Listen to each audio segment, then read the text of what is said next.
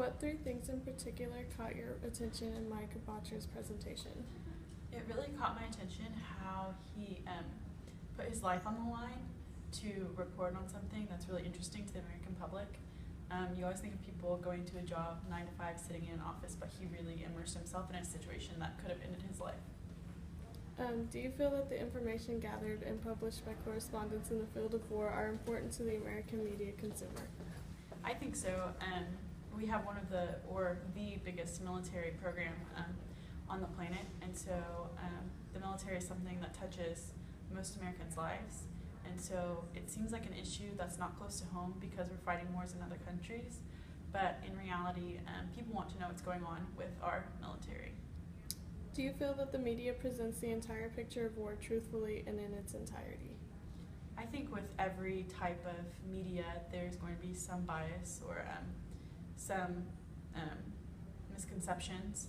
I think that a lot of times the media shows battles and very difficult situations that happen within war and don't show the day-to-day life of our troops and what's really behind the other side that we're fighting against. Is the job of a war correspondent important to the media? I think so. I think that someone has to do it, especially even since Vietnam, the Vietnam War, when really people started covering war and putting it on television. It's been something that's important to the American public because our tax dollars are going to fight these wars, so we want to know what's going on. Do you think it's important to the average citizen? I think so.